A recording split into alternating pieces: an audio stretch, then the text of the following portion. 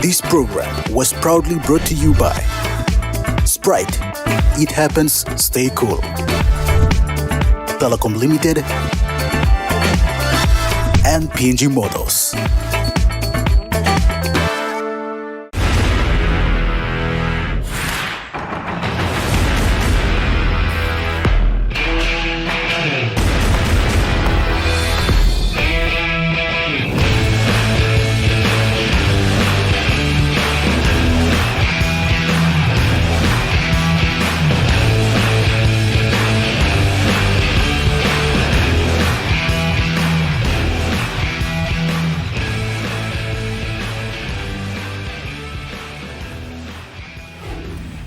Coming up on Sports Scene tonight, PNG Kumuls coach Justin Holbrook. We have highlights of the government's support to national federations and, of course, PNG Tennis Federation President Barbara Stubbins. Good night and thanks for joining me once again on this episode of Sports Scene. I'm David Susuve, and again, it's always wonderful to have your company every Thursday night. To kickstart the show tonight, here are recaps of some sporting briefs over the weekend. The Rugby Union World Cup Australia have been knocked out of a Rugby World Cup sport before the knockout stage for the very first time. Portugal's shock 24-23 win over Fiji on Sunday was not enough to save the Wallabies as Fiji gained the losing points they needed to qualify alongside Wales from Pool C. An early exit leaves plenty of questions for Australia to answer before they enter the next World Cup in 2027 as host.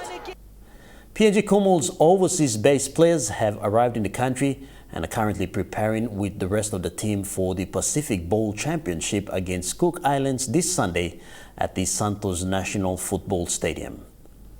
Solomon Islands have stunned defending MSG champions PNG 3-1 in the opener of the MSG Cup on Sunday in Noumea, New Caledonia.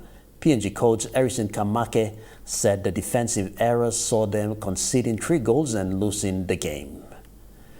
Today, Port Moresby AFL Grand Final between Garrick Bombers and Gordon Skokofer was abandoned after the second quarter due to spectator violence at the Coles Oval on Saturday.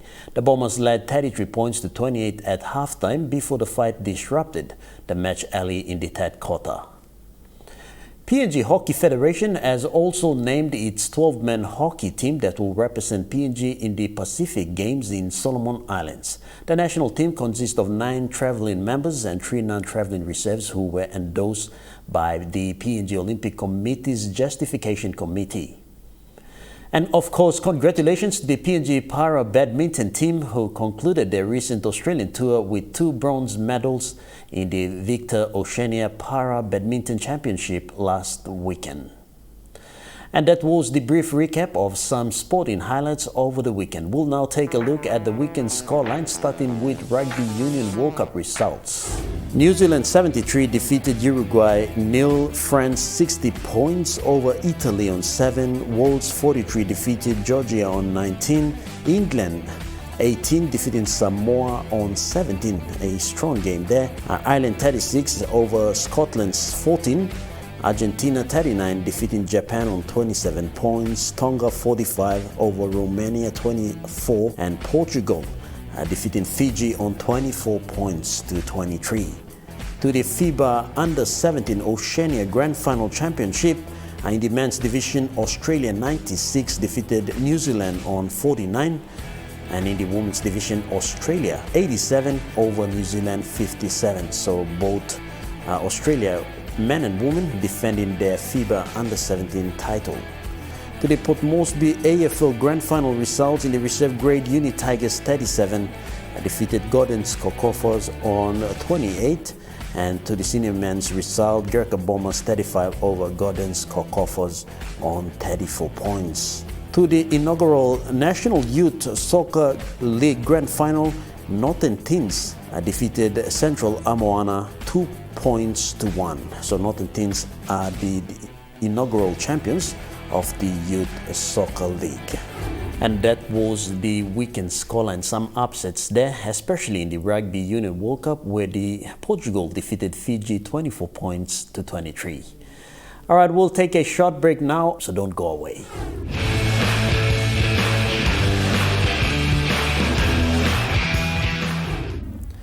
Welcome back to Sports Scene. In this segment, we feature PNG Kumuls coach Justin Holbrook, who we spoke to this morning to get an update on the team's preparation as they prepare to take on Cook Islands this Sunday on the 15th of October at the Santos National Football Stadium. So let's check it out.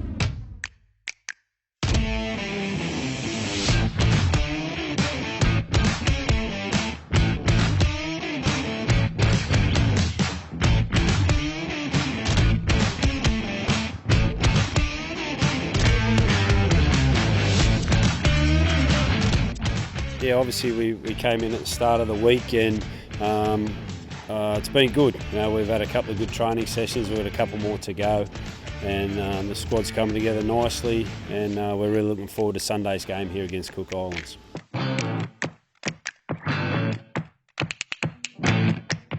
No, not for this game. So obviously we would have loved to have had Edwin here, but he copped a one-game suspension from his last game in Super League, and Justin Holbrook's the other one who's still out injured with a knee injury, so he's still doing his rehab down in Melbourne. So there'll be no changes to the side that we've named for this game, but you know they could possibly come in for the Fiji game.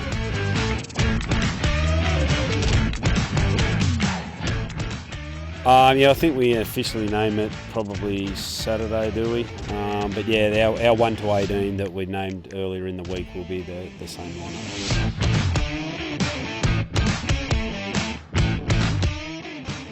Yeah, well, we're yet to announce that, but really impressed with the way Kyle Waybutt was for the PM's 13 the other week. He did a fantastic job all week at training, so he's more than likely to be announced that later in the week.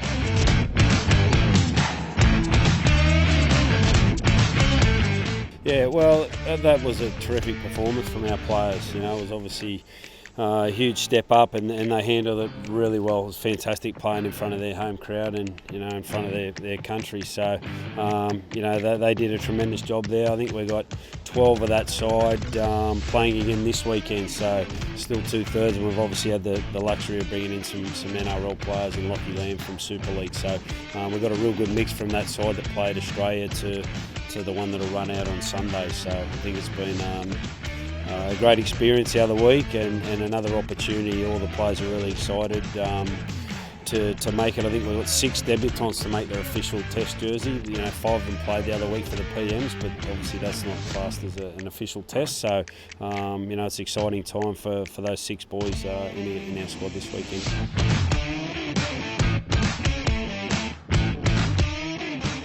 Yeah, well, they'll be tough opponents, we know that. Cook Islands this week is a little bit, I wouldn't say unknown, but they're, you know, a lot of Q Cup, New South Wales Cup players, as opposed to when we played Australia. Obviously everybody in the whole stadium knew their side, so a little bit of the unknown this week. Fiji will have a very strong side. In a couple of weeks' time we play them, so look, we obviously we want to win it. I mean, all 3 sides want to, but that's our aim, and you know we want to play well with a great opportunity to play these test matches in the home country. So we really want to enjoy it and put on a good performance starting this Sunday.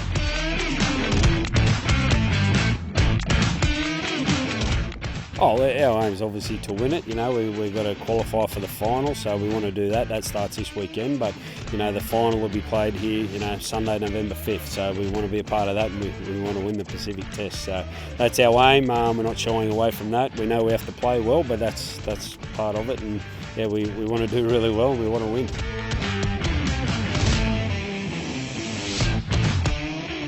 Yeah, they are definitely, and it's just about the way they handle the whole week, their professionalism at training, and that's the way they do their day-to-day job, and that's just tremendous for our guys that are younger and watching how they operate and how they go about their whole week. So to have those guys with experience is tremendous. That's how other people improve. That's how you improve quickly, and it's, you know, as I said, we've got a really good mix of different levels in this side, and the younger guys can really learn off them.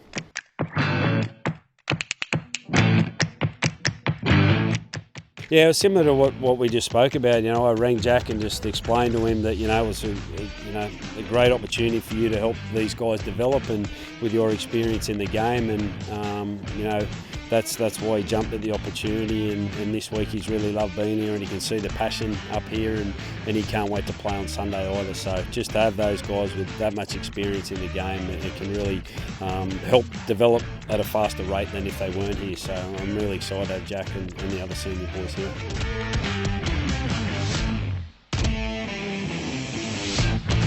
Yeah, love it. Yeah, really looking forward to it. As I mentioned before, I came up for the Digicel Cup Grand Final and got to experience the atmosphere, then got a first-hand taste against the Australian side, and now it's an official test. So yeah, Sunday can't come quick enough. We're really excited. Want to see a big full house here, cheering the boys on, and really looking forward to the game. And there you have it. That was the PNG Kumuls coach Justin Holbrook giving us an update of the team as they prepare to take on Cook Islands this weekend right here at the NFS. The coach also made mention that Edwin Ipape and Justin Olam won't be taking the field due to Ipape serving a one-match ban, and of course Justin Olam sitting this match out. But they'll be ready. They'll be up and ready come next week's game. Stay tuned as we bring you more updates of the Pacific Bowl Championship that's happening right here at the NFS. We'll take a short break now. Coming up next, we have the announcement of the 1 million kina government funding towards National Federation. Stay tuned.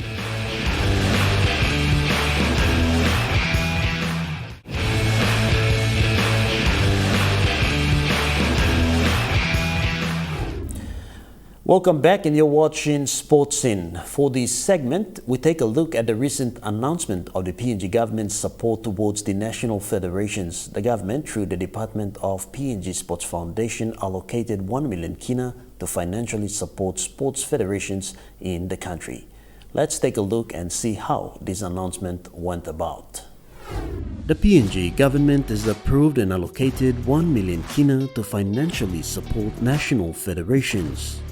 This funding will allow national federations to employ full-time administrators to oversee sports in 2024. Mr. Albert Verito, the Executive Director of the PNG Sports Foundation, announced this at a press conference held at the Sejongais Stadium. He said this funding will be different from the Go Rural to Go Global strategy policy funding. The Go Rural, Go Global strategy is pretty much a standalone strategy. Where we go into the villages, federations come with us to go and develop a particular sport. Like I said, if the sport is soccer, for instance, PNGFA will come with us to go but that's a separate cost, and that's supported by PNG Sports Foundation on the Go Rural, Go Global funding. Yeah, so there's separate funding for Go Rural, Go Global, and there's also separate funding for when we identify talent and there's an opportunity to export talent, then we'll get to that stage also. Yeah? But this funding is specifically for administration of the federations. Yeah?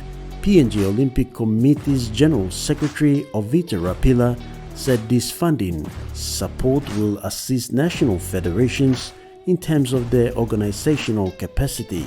Support will really assist the national federations in terms of their organizational capacity.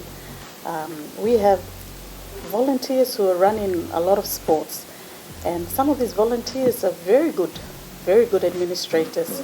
They come from, some of them from the corporate background, contributing to the nation building through their sports. But they need someone full-time in their sport that can help those executives. They've already got good network. All they need is someone full-time that can drive the implementation of their development plans. There's a lot of requirements and responsibilities of national federations.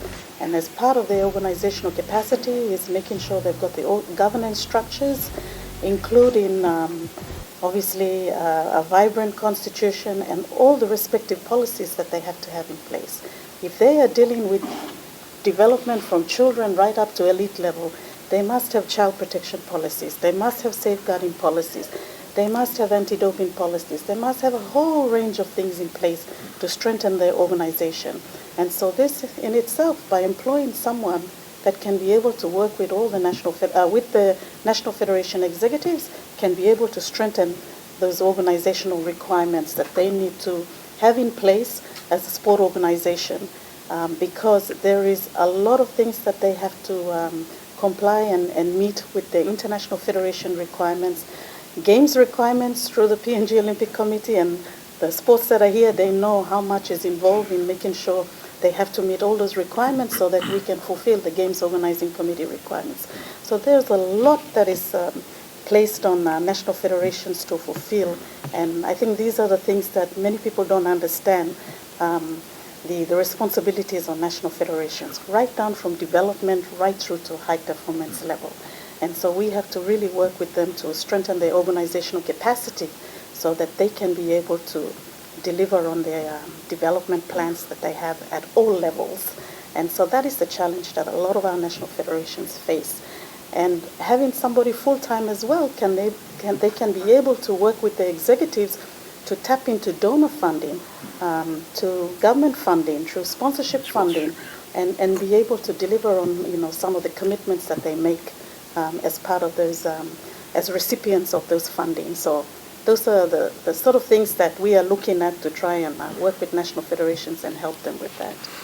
Ms. Rapila acknowledged the Marape Rosso government for this initiative, emphasizing that sports plays a vital role in the country's nation building. Meanwhile, there are strong and stringent criteria built around this funding, and PNG SF and national federations will work together to build good governance structures and reporting, build robust system and processes, and strategic planning to ensure sports grows into a flourishing industry in the country over the next decade. And that was highlights of the 1 million kina funding support from the government towards national federations. PNG Sports Foundation's Executive Director Albert Veratau and PNG Olympic Committee's General Secretary Ovita Rapila acknowledged the Marape Rosso government for this initiative, emphasizing the vital role sports in PNG plays in nation building.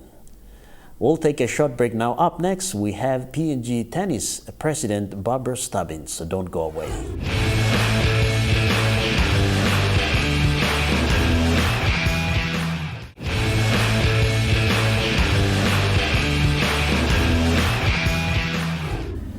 Welcome back to Sports Scene. In this final segment, we take a look at PNG Tennis President Barbara Stubbins, who gives an update of the men and women's national tennis team that's currently preparing for the Pacific Games in Solomon Islands. So let's take a look. It's been quite a disjointed year, so close to the end of the 2022 Saipan Games and now leading into this. All our team is scattered. We have players in the States and Brisbane and Port Moresby. Our officials are all spread out around the place as well. The players have been training on their own. We've finalised our selections recently, so half the team is now based in Moresby. So now that our team has been endorsed, training will commence en masse with the full team that's here. I guess there's a lot of pressure on them to maintain what they have. All we can do is just request that they do their best, and hopefully their best is good enough to maintain their form that they had at the previous games. They've got a record to beat. There's a lot of pressure on the kids. They're all part of the Billie Jean King Cup for Pacific Oceania. So when they step on court, they're not only stepping on there for themselves and PNG tennis, but for the country as well. The names have been released. So that's out. There's 2 newcomers to the team from Saipan, and there are 2 new juniors. It's a team of 8, 4 men, 4 women. Yeah. So they all play a teams event in the first week, which is your 2 best singles and a deciding doubles if you need it. And then the second week it's the singles events, male-female singles, the doubles events, gender doubles, and then mixed doubles. Yes, we're hoping to have some lead-up tournaments in either Brisbane or Cairns. We have funding in place, we've just got to utilise it. The difficulty with your players being scattered everywhere is release from college times that they can get away, and then those who are working, we need to work into their schedule as well. So it limits what we can do, but there are plans to have the team come together before we travel to Solomon Islands. We'd like to be together at least a week out of the games, but then that will depend on when the college kids can get away, because they're not actually on holidays, they're still in their college academic season. It's a long time coming, and we are very grateful to Minister Don Pollier and the PNG government for the funding, along with CEO Veritao and Evita Rapilla from the PNG Olympic Committee. It just goes a long way to taking the pressure off administration and sport for all the federations. And that was Barbara Stubbins, the president of PNG Tennis Federation. She made mention that the senior team that has held strong medal results in 2015, 2017, 2019 and 2022 remains unchanged, with 6 continuing players still part of the team. The team will be coached by Mark Lewis and Patrick Apisha, with the success of the team built around the strength of each and every individual. Having that been said, we'll now take a look at the weekend previews, starting with the Rugby Union World Cup quarter-final draws. To the Rugby Union World Cup quarter-final results, this weekend we see Wales taking on Argentina, Ireland going up against New Zealand, England going up against Fiji, and France will take on defending champions South Africa. In week 1 of the Pacific Championship here in Papua New Guinea's National Football Stadium, we see the PNG Kumuls going up against the Cook Islands. To the National Premier League Round 13 draws, Lae City Dwellers will take on United Islands at the St. Ignatius Kilagi Stadium. Morobe Wawens going up against Ekari United. Medan FC taking on Gulf Komara at Leeuwarden Oval, that's in Medan Province. And the Port Moresby Strikers to take on Lae City FC right here in Port Moresby. To the PMSA Round 15 draws, Kele Iruna FC will go up against Bismarck FC, Momase taking on Blue Kumuls, Sidlas versus Munkas FC, Leylam FC going up against PS Roots, and FC Genesis to take on the University FC. And that was the weekend previews for what's coming up this weekend. Some exciting games to look out for, especially the Rugby Union World Cup. So let's cheer for our Pacific Melanesian brothers, the Fiji, as they take on the England in the quarterfinals. Unfortunately, this is where I get to go. But before I go, please, if there are sports stories and events that you would love us to cover and provide media coverage to, please do contact us on the following numbers. You can call us on 312-9229 or email sportsin@emtv.com.pg or visit us at Garden City Level 2, Boroko.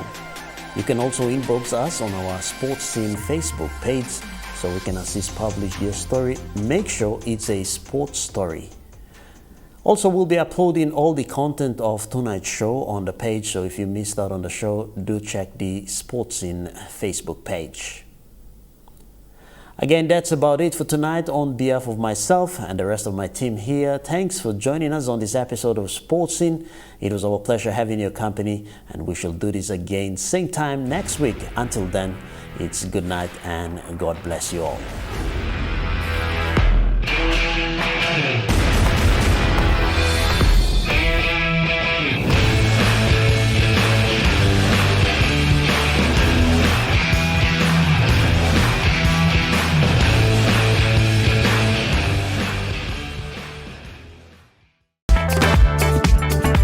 This program was proudly brought to you by Sprite. It happens, stay cool. Telecom Limited and PNG Motors.